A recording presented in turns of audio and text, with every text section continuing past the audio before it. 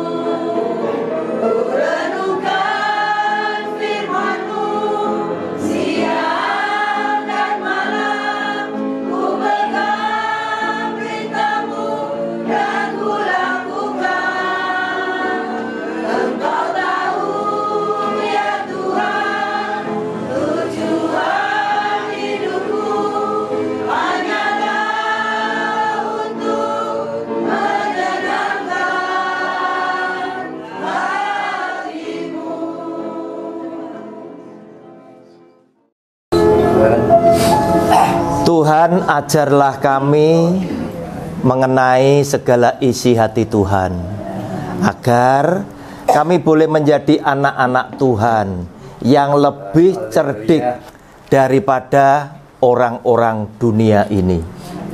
Karena kami tahu pembelaan Tuhan kepada kami sebagai anak-anak Tuhan sungguh luar biasa.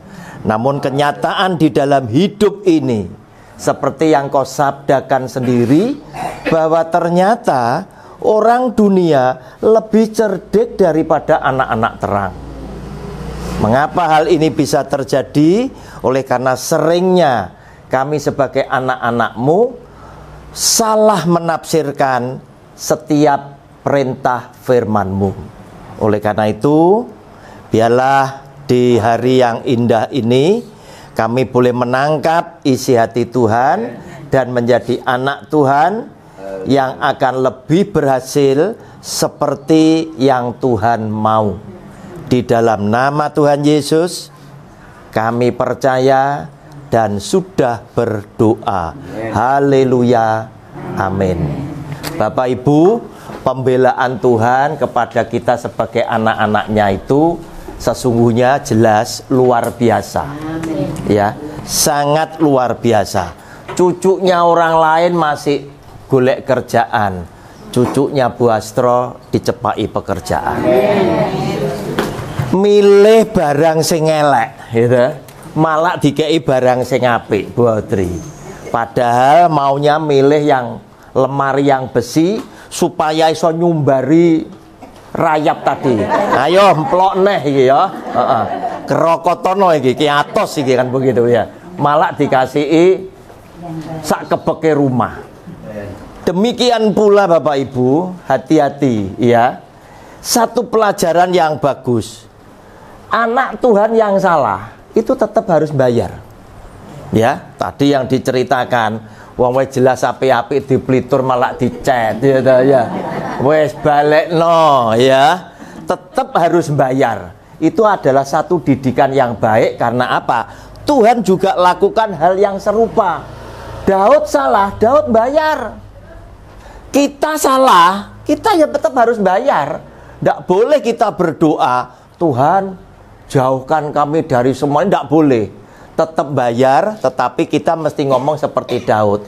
Kalau aku boleh milih jatuh ke dalam tangan siapa, aku milih jatuh ke dalam tangan Tuhan, karena belas kasihan Tuhan itu besar. Ya. Nah Bapak Ibu, hari ini kita mau renungkan satu tema, judul jangan salah tafsir. Kenapa? Karena ketika kita sebagai anak Tuhan, nafsirne perintah Tuhan salah, kita akan bertindak keliru. Akibatnya apa? Yang kita perbuat itu tidak sesuai dengan isi hati Tuhan. Oleh karena itu, jadi anak Tuhan harus pinter, jangan salah tafsir. Nah, Bapak Ibu, mungkin ini mewakili sebagian besar pemikiran orang zaman sekarang. Di TikTok muncul, uang tidak dapat membeli kebahagiaan kalau sedikit, ya. Kalau banyak sumpah bisa, ya. TikToknya akan ngomong gitu. Uang tidak dibawa mati, ya memang untuk hidup, goblok, kan begitu. Ya, hati-hati ya. Ini mungkin mewakili sebagian besar masyarakat. Dan yang buat video ini banyak ternyata, ya, dengan bahasa yang sama, ya, banyak. Kenapa saya jadi ngotak-ngatik sebagai anak Tuhan? Bukankah kita sering ngomong uang bukan segalanya, walaupun segalanya butuh uang, ya. Terkesan orang Kristen ini luar biasa, gak duwe duit tetep wani urip gitu ya, ya. Orang Kristen itu tadi, walaupun sebagian teman saya yang Kristen juga pengusaha jawil saya, Pak Roni, tapi gak duwe duit serasa koyok meh mati gitu loh. Nah Bapak Ibu hati-hati ya, tafsirannya seperti apa ketika kita ngomong uang bukan segalanya. Apalagi Yesus Kristus Tuhan bilang kepada saudara dan saya, manusia hidup bukan hanya karena roti, tetapi manusia hidup oleh karena firman yang keluar dari mulut Allah. Konteksnya itu adalah untuk kita orang Kristen, kita menolak mendapatkan duit, menolak mendapatkan segala sesuatu jika itu menyalahi perintah Tuhan, jika itu tidak sesuai dengan kehendak Tuhan. Kita itu nolak. Bareng-bareng korupsi, bareng-bareng walaupun ini aman, kita tidak mau, ya. Kita nikmati sesuatu yang bukan haknya kita tidak mau. Lebih baik tidak menerima itu, meskipun kita kesulitan, tetapi benar di hadapan Tuhan. Konteksnya itu seperti itu. Bukan berarti kemudian setelah saudara dan saya itu sudah ada makanan dan pakaian, terus kemudian kita mau santai-santai. Bukan itu. Kita lihat lebih dulu 1 Timotius pasal 6 ayat 7, ayat 6 sampai dengan 8. 1 Timotius pasal 6 ayat 6 sampai dengan yang ke-8. Memang ibadah itu kalau disertai rasa cukup memberi keuntungan besar. Sebab kita tidak membawa sesuatu apa ke dalam dunia, dan kita pun tidak dapat membawa apa-apa keluar. Asal ada makanan dan pakaian, cukuplah. Bapak Ibu, di dalam kita ibadah, pasti orang Kristen itu selalu diajar bersyukur dalam apa? Dalam segala keadaan. Orang Jawa nambahi, mangan ora mangan pokoknya kumpul gitu. Orang Jawa ini ben luwene barengan gitu ya.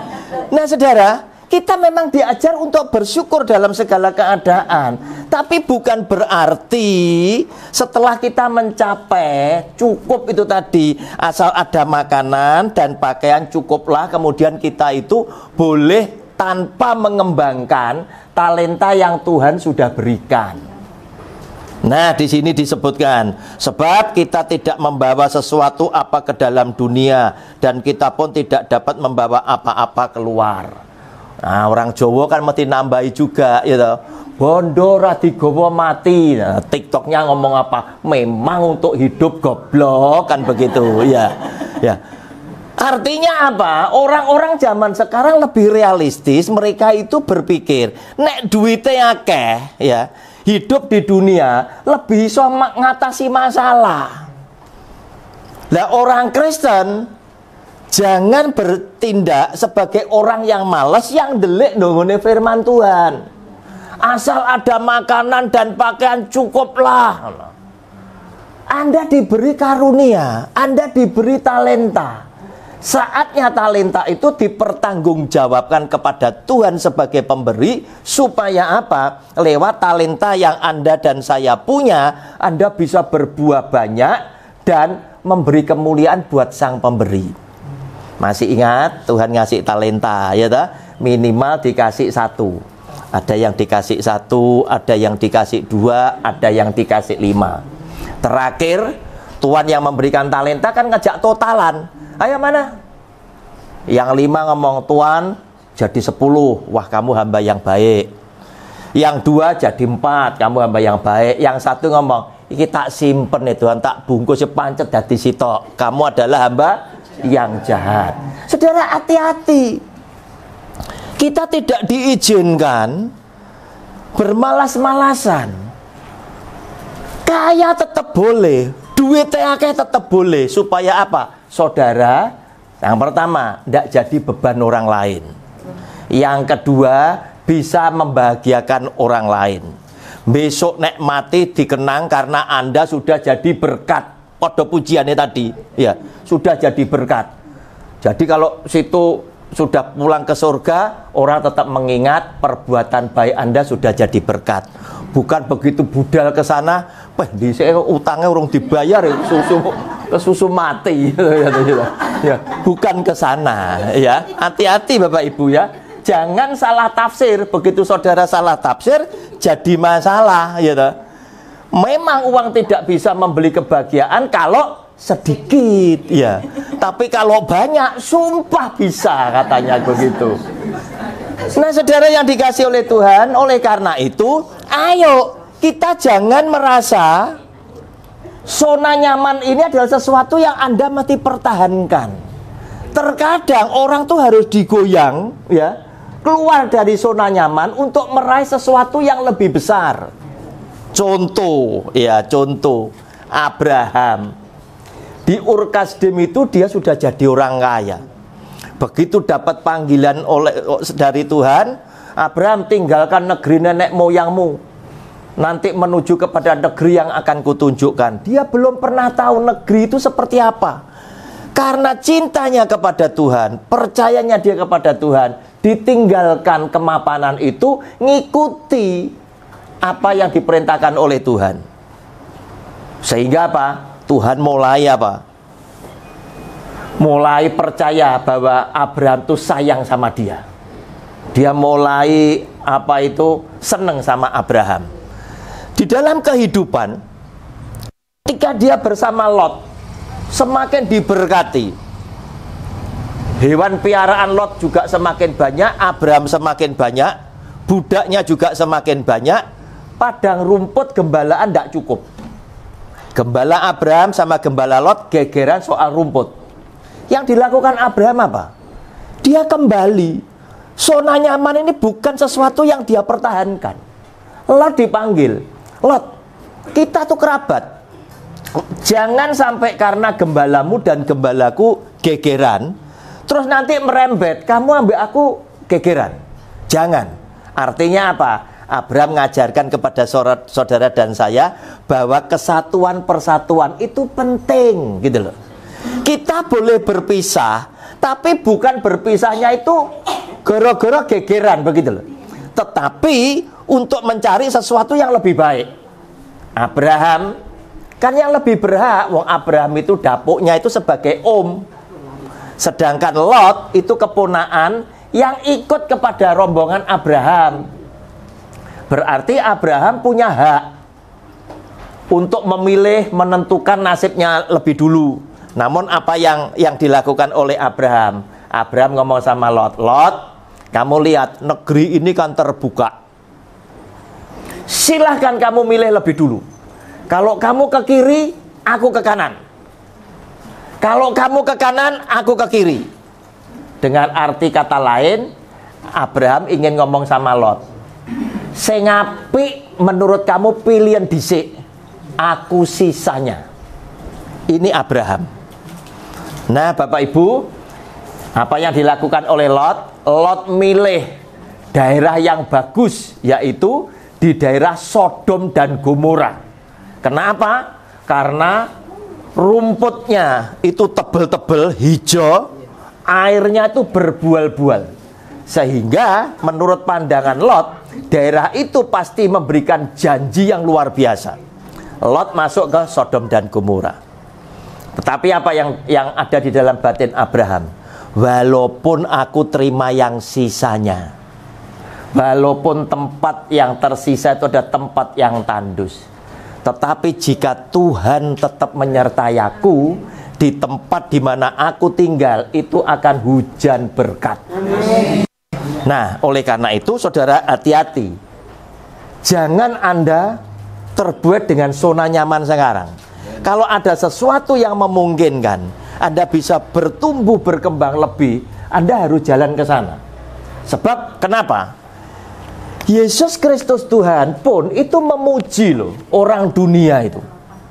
Di dalam Lukas pasal 16 ayatnya yang ke-8. Bacaan tentang perumpamaan bendahara yang tidak jujur. Di dalam rangka dia mengamankan masa depan jasmaninya, Yesus Tuhan bilang apa? Wah, bendahara ini, orang ini lebih cerdik daripada anak-anak terang. Lebih cerdik daripada anak-anak terang. Artinya apa? Kita ini seringkali apa? Ketinggalan dengan orang-orang dunia. Sehingga apa? Orang dunia itu selalu ngomong, loh tuh lihat orang Kristen setia gitu. Uripe mek ngono-ngono tok. Ya. Kenapa? Karena itu tadi kita salah tafsir sehingga kita bertindak itu keliru juga, tidak seperti yang dikehendaki oleh Tuhan. Oleh karena itu, ayo kita mau koreksi. Tuhan sudah kasih talenta aku apa? Dan dengan talenta ini aku akan bangkit, membangun ekonomi yang bagus sehingga aku bisa jadi berkat untuk banyak orang. Bapak Ibu, contoh yang lain dalam dunia bisnis, orang utang piutang itu biasa. Pengusaha kalau sanco pas dong ndak ada duit itu cukup mek telepon tok. Halo, aku utang ono duit sik 50. Transferan ya. Ndak perlu ninggali catatan karena bukti transfer sebagai tagihan. Ya. Apakah selalu dibayar? Belum tentu. Ya. Belum tentu. Terkadang ngeblong juga, ya. Terkadang ngemplang juga, ya. Tetapi apa yang jadi petunjuk di dalam firman Tuhan ini? Kita lihat Keluaran 22 ayat 21 sampai 29. Ternyata utang piutang itu sampai kepada lapisan yang paling bawah, termasuk orang-orang lapisan bawah, orang-orang yang miskin. Dan Tuhan memberikan aturan. Keluaran pasal 22 ayat 21 sampai 27. Judulnya peraturan tentang orang-orang yang tidak mampu. Janganlah kau tindas atau kau tekan seorang orang asing, sebab kamu pun dahulu adalah orang asing di tanah Mesir. Tuhan selalu mengingatkan orang Israel, ojo lali kacang, ojo lali kulite, ya. Nah, seseorang janda atau anak yatim janganlah kamu tindas. Janda sampai anak yatim itu dilindungi selalu oleh Tuhan. Jika engkau memang menindas mereka ini, tentulah aku akan mendengarkan seruan mereka jika mereka berseru-seru kepadaku dengan nyaring. Dungone janda anak yatim iki mandi, saudara, hati-hati saudara ya. Tenan ini ya. Ya, ini KTB akeh rondone iki ya. Iki mandi iki bahaya ini. Bener ini bahaya. Jangan salah tafsir. Maka murkaku akan bangkit dan aku akan membunuh kamu dengan pedang sehingga istri-istrimu menjadi janda dan anak-anakmu menjadi yatim. Ben kowe yo ngerasakne kan gitu ya. Ya apa rekosone jadi janda, jadi anak yatim. jika engkau meminjamkan uang kepada salah seorang dari umatku, orang yang miskin di antaramu, maka janganlah engkau berlaku sebagai seorang apa? Penagih hutang terhadap dia. Janganlah kamu bebankan bunga uang kepadanya. Bapak Ibu, firman Tuhan ini jangan Anda salah tafsirkan. Wah Tuhan, aku dilindungi gitu. Sing duwe-duwe gak oleh sebagai penagih hutang. Kita terus berdoa, Tuhan aku bersyukur. Ya. Engkau mengingatkan yang punya duit supaya tidak berlaku sebagai penagih hutang. Jangan gitu, ngerti ya? Jangan gitu. Harusnya berdoanya adalah Tuhan, berkati aku supaya aku bisa bayar hutang, gitu loh. Ya, kalau Anda salah tafsir, Anda tetap jadi orang yang suka hutang. Ngerti? Yang bayar mama mesti ngemplang ini tadi. Hati-hati. Gara-gara apa? Tuhan memang lindungi. Nah, Saudara, lihat lanjutnya. Jika engkau sampai mengambil jubah temanmu sebagai gade, nyita barangi, ya, maka haruslah engkau mengembalikannya kepadanya sebelum matahari terbenam. Segera ndang balekno, ya. Sebab hanya itu saja penutup tubuhnya, itulah pembalut kulitnya. Apakah ia pergi tidur? Maka apabila ia berseru-seru kepadaku, aku akan mendengarkannya, sebab aku ini pengasih. Bapak Ibu hati-hati, jangan sampai salah berdoa. Kenapa? Karena Tuhan ngajar kepada saudara dan saya, ada janda yang suaminya sudah mati, suaminya dulu nabi, tidak punya apa-apa, cuma punya minyak sedikit dalam buli-bulinya dia. Elisa menginap di situ, dia wadul sama Elisa, Nabi, hambamu, bojoku maksudnya, sudah mati. Tapi hambaku ini setia sama Tuhan. Lah sekarang saya ini sedang mau ditagih hutang oleh orang yang punya duit. Kalau aku tidak bisa bayar, 2 anakku ini diambil oleh dia, dijadikan budak. Aku gimana? Elisa tanya, ibu sampean punya apa? Saya tidak punya apa-apa, cuma ini loh, 1 botol minyak tinggal sedikit. Wes tidak popo ya. Cari bejana sembarang ya. Pinjem bejana tonggo-tonggo kelompokno kabeh. Dimasukne kebek sak rumah suruh nutup. Weh, sekarang minyakmu ini tuangan di nggone setiap bejana yang kamu kumpulkan. Disokne koyak ndak pernah habis, memenuhi semua bejana yang ada. Ada bejana lagi? Ndak ada, Bu, sudah semuanya terisi. Langsung minyak ini berhenti. Apa kata Elisa?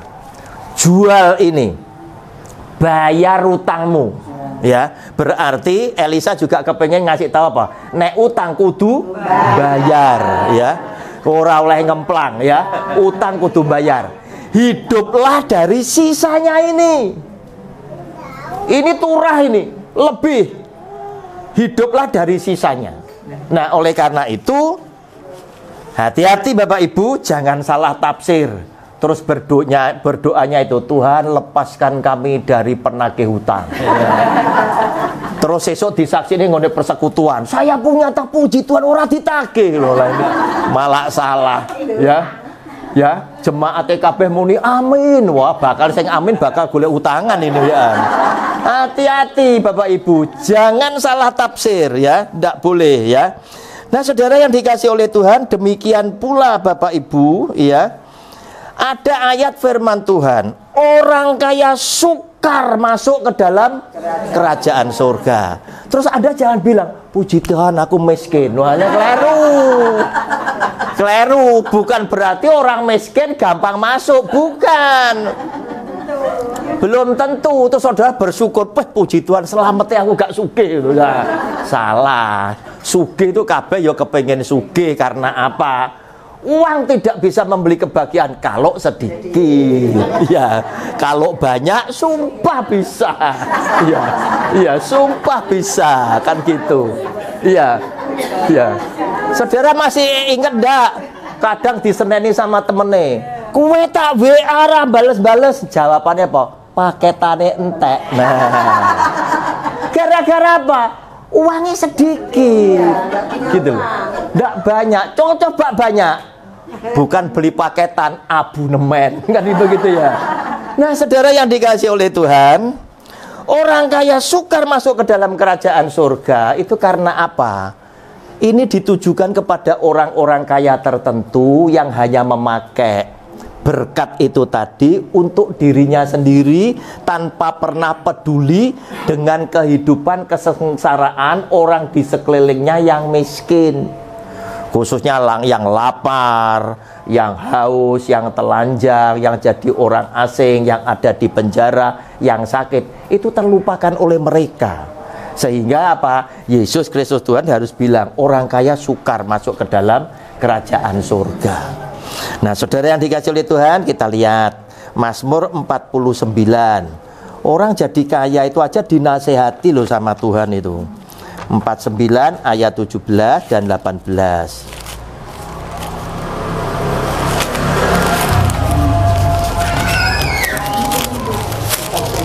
Empat sembilan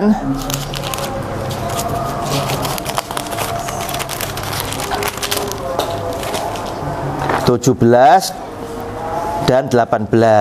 Janganlah takut apabila seseorang menjadi kaya, apabila kemuliaan keluarganya bertambah.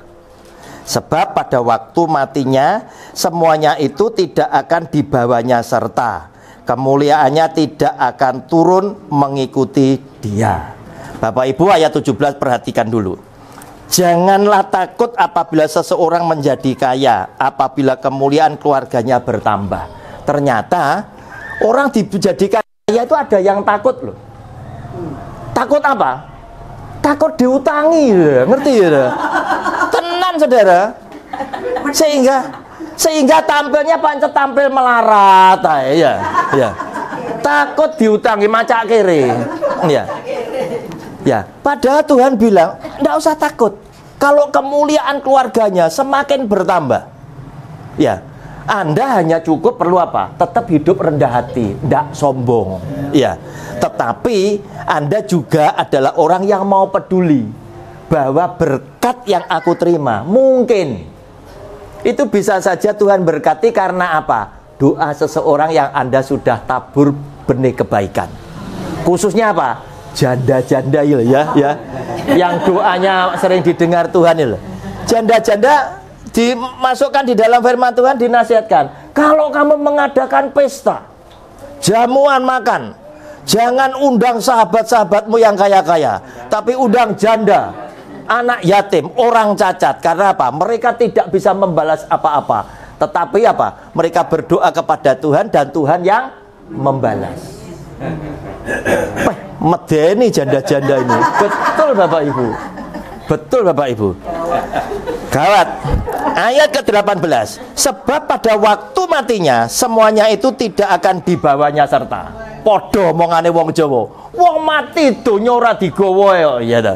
Tapi kenyataane ngedum donya gak gampang ya ta. Ngomong lebih gampang ya. Sama seperti TikTok gitu. Uang tidak dibawa mati, ya memang untuk hidup, goblok kan begitu ya.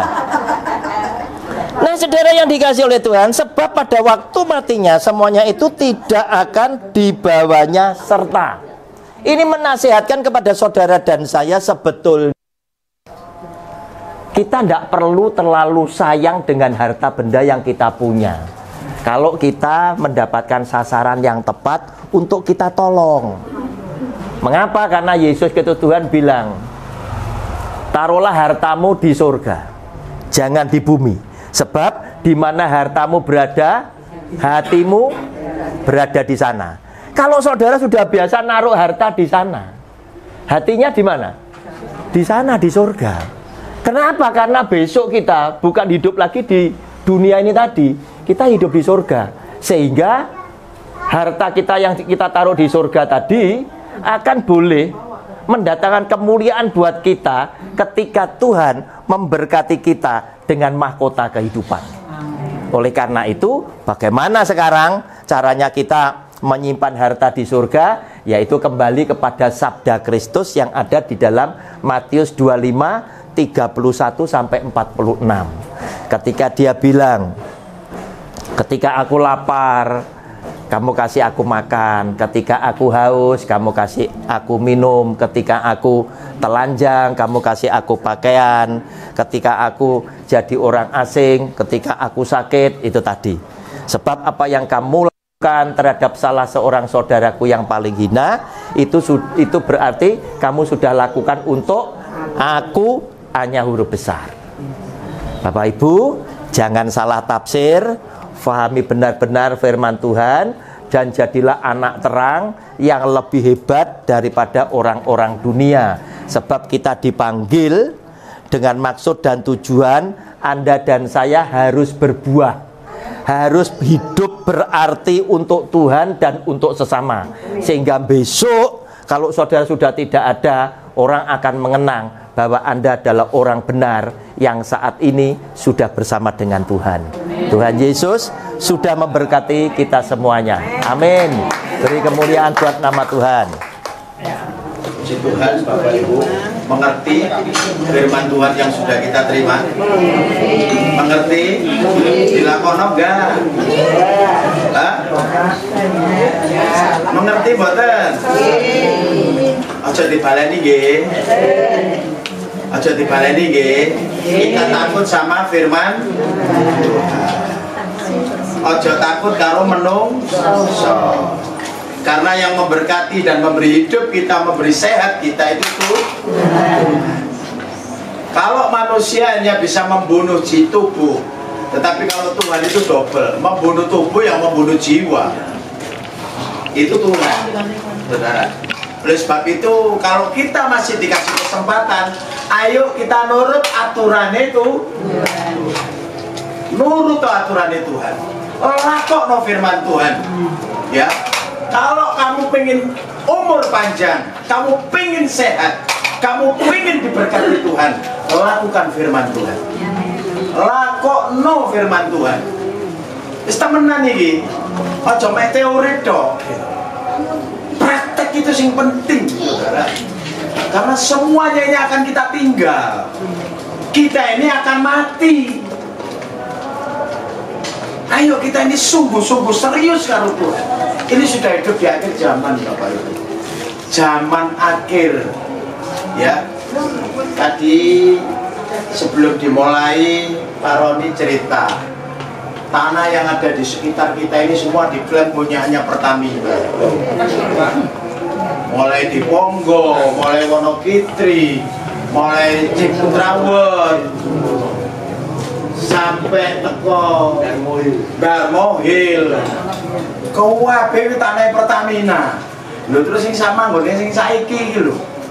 Ini kan hati ini jadi resah dan gelisah. Ya inilah saudara. Kenapa masalah itu kok boleh datang dalam hidup kita? Kenapa persoalan itu kok boleh datang dalam hidup kita? Kenapa kadang-kadang penyakit menyerang kita? Saudara tahu jawabannya?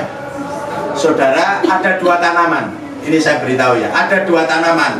Kalau saudara nanam di dalam rumah dan saudara nanam di depan rumah, kalau di dalam rumah enak ya tanaman ini, ndak kena matahari, ndak kena panas, iya toh, ndak kena bleduk, iya toh, ndak kena bleduk. Tapi kalau tanaman yang di luar rumah, ya dia kena panas, ya.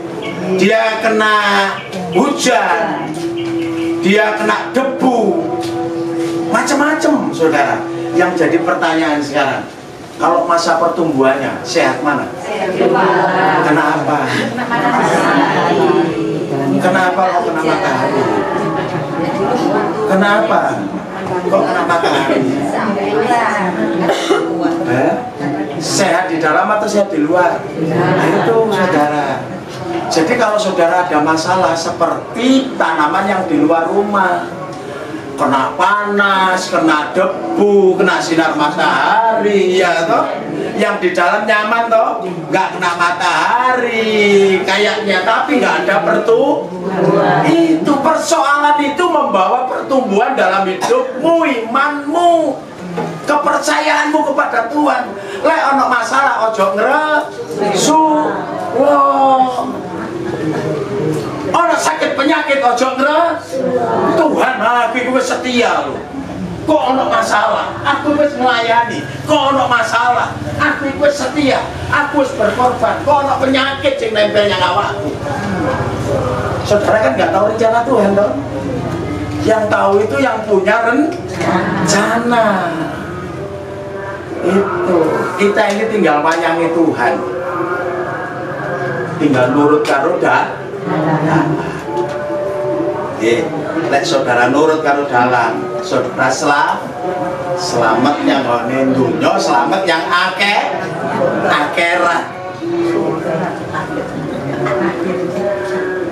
Ya, mari firman Tuhan sudah mengajarkan kepada kita, jangan gampang menafsir firman Tuhan dengan pikiran kita, akal kita. Ya, kalau saudara mau menafsir, minta hikmat dari Tuhan, minta bimbingan Tuhan, minta urapan Tuhan, minta Roh Kudus dalam hidup kita, supaya kita ini diperkenan oleh Tuhan. Terima kasih Pak Roni, firman Tuhan yang sudah memberkati janda ya, di KTP ini rondo kabeh. Ono sing gak yo? Ono sing gak yo?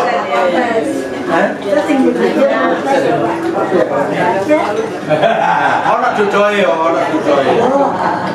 Dudo perlu rondo napa mboten? Nah, ini tinggal ngantri.